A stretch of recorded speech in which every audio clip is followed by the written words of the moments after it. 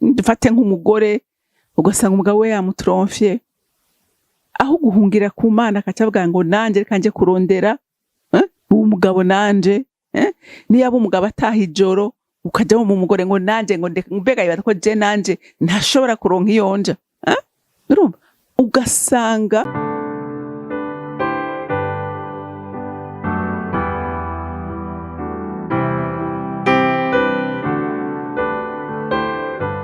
Yesu arampisha, ahora ampisha, ahatamagorwa yonsanga.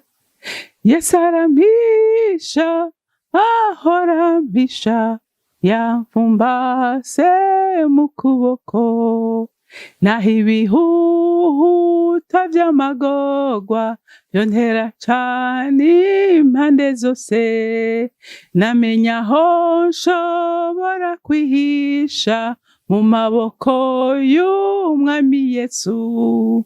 Yesu arampisha, ahora ampisha, ahatamagorwa yonsanga. Yesu arampisha, ahora ampisha, yamfumbase mu kuboko. Haleluya, haleluya.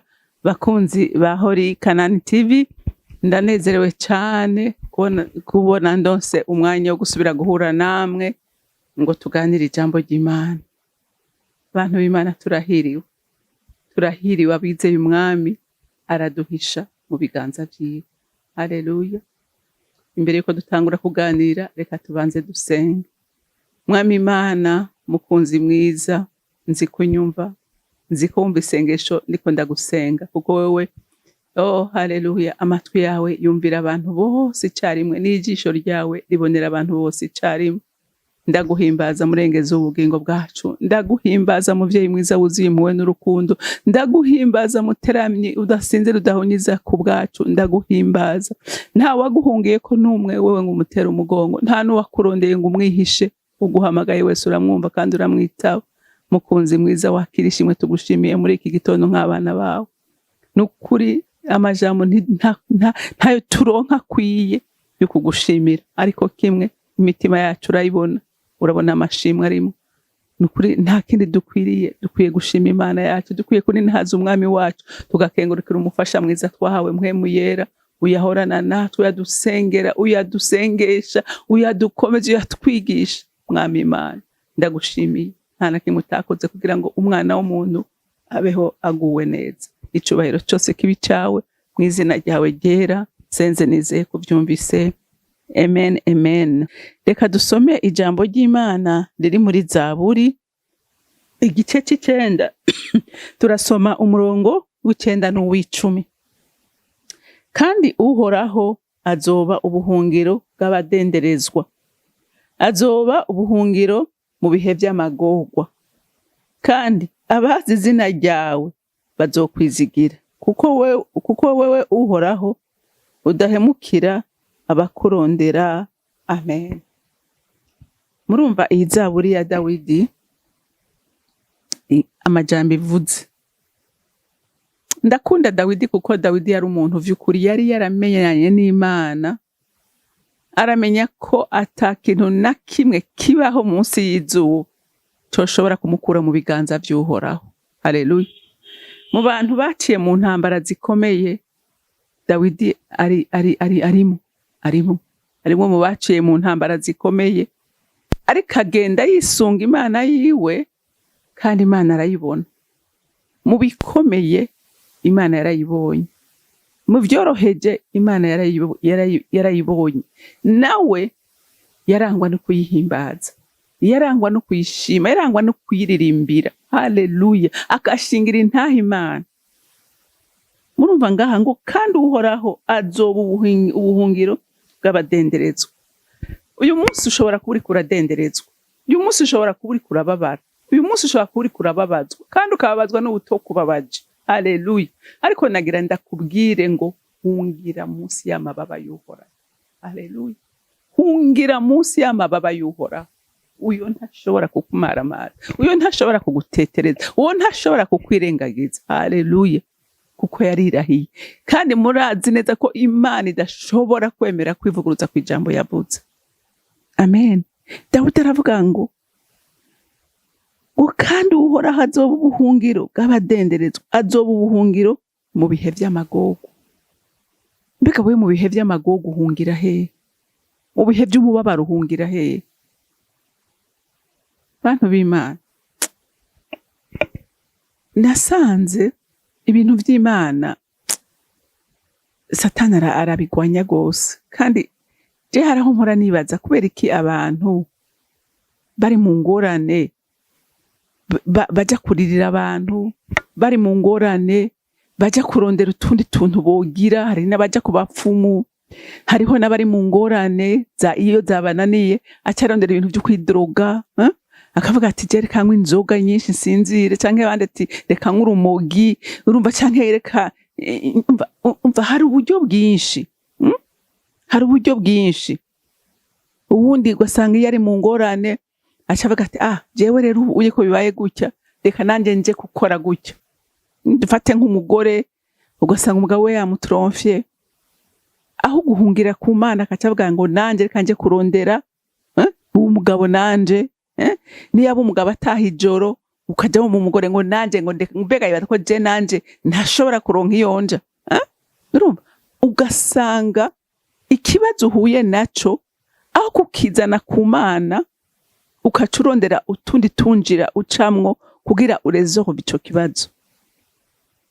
Ariko nagira ndakubwire muntu w'Imana, ni wafata ukaja gufata ikibazo cawe uhuye naco ukaja kukivuza ikindi kibazo, umva uzoba uri kuranezereza Satani. Satani azonezerwa.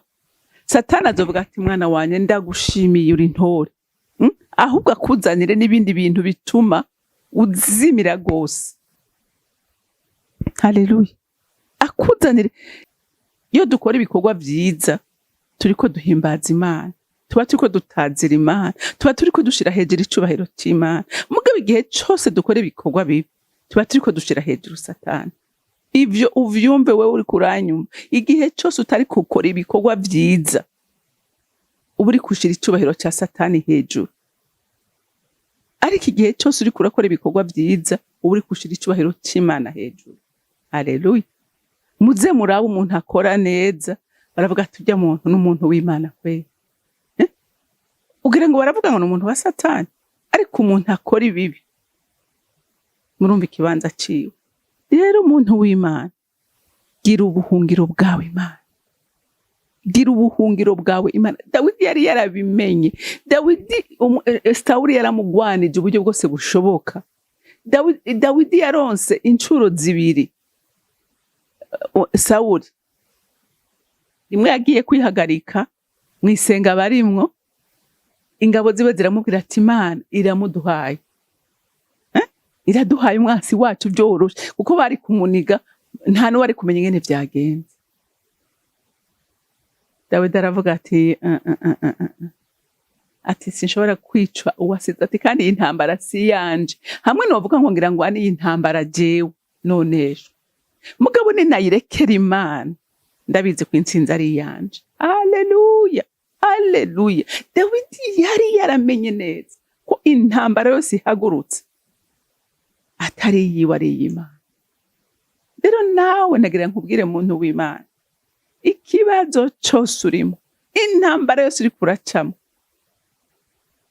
genda ku Mana. Niwironderera inzira wewe ntizoshika kandi uzoyivunikiramo. Ariko niwarondera Imana ukayibwira ngo Mana ikibazo cabaye, ntaco nshoboye kwikorera, ngwino ntabare, ngwino ntabare, Imana izokwentervene. Dawidi ahandi arasubira agenda asanga aho ingabo ziryamye basinziriye ubutikoma, afata icumu ry'umwami, afata n'umukuza wiwe arabitwara. Yari kusogota icumu rigatobekeranya, nta n'uwari kumubona.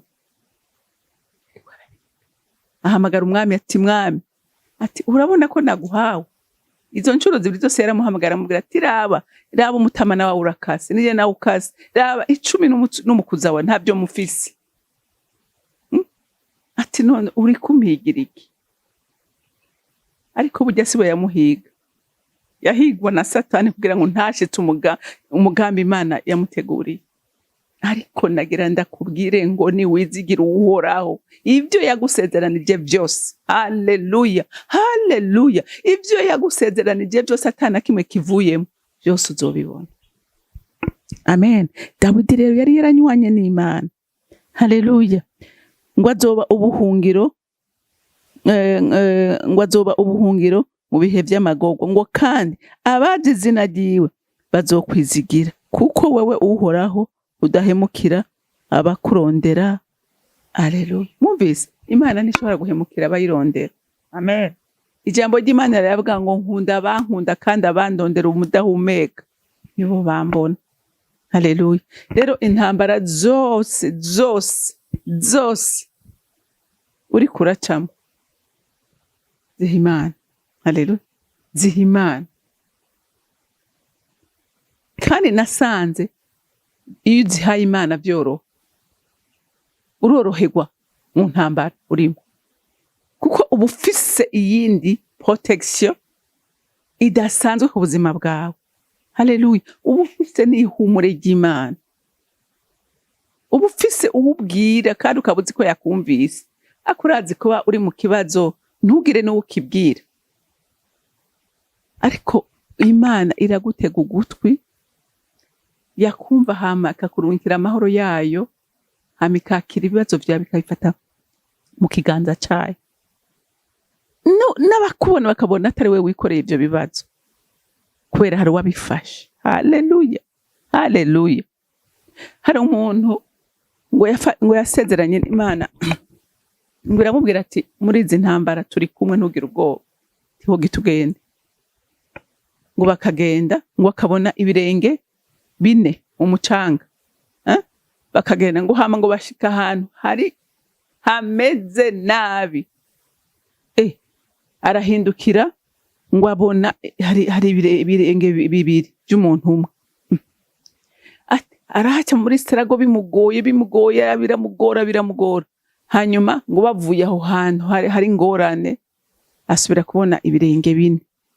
Ngo hama ngo acaramubwira ngo ariko ngo wampenze, ngo nashitse ahantu hakomeye uranta, none dushitse ahoroshe uraje.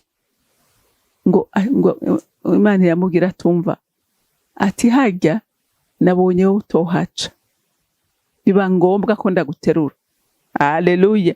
Ati biba ngombwa ko ndaguterura, ati hanyuma ubu rero ibibazo hashitse hameze neza, urashobora kugenda wenyene. Haleluya. Rero bantu b'Imana, Imana iduterura iminsi yose. Intambara nyinshi umva niyo ibiduteruye, iraduterura ikaturenganya ibihe bikomeye, hamwe nawe utanga ukavuga ngo mbega ibi bintu byagenze gute. Rero umuntu w'Imana, ikintu ndakwifurije, reka guhungira ahandi hantu na hamwe, ntushake kwihoresha ikibi kindi, ariko wewe wame ivyamwe, wewe ube umva ugutanga umugisha, ube uguzana impinduka, ntuwukongereza ibyago ku bindi. Haleluya. Ibyo bishobora umeze gute? Bishobora uwegamiye umwami. Haleluya. Akamana ihumure ryiwe. Imana yo mwijuru ibampera umugisha.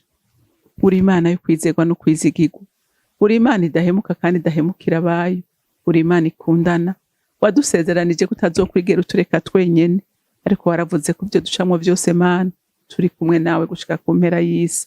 Rero n'ubu nisengera na bene data, mwami Imana tugumane nawe uko bukeye nuko bwije, twunamurire amaso yawe kuri wewe uko bukeye nuko bwije, uko ariho honyene tuziga ubutabazi. Urakoze kuvyumvise, icubahiro cyose kibi cyawe, n'izina rya Kristo Yesu senze nizeye kuvyumvise. Amen, amen. Mwarahezagiwe, mugira umunsi mwiza.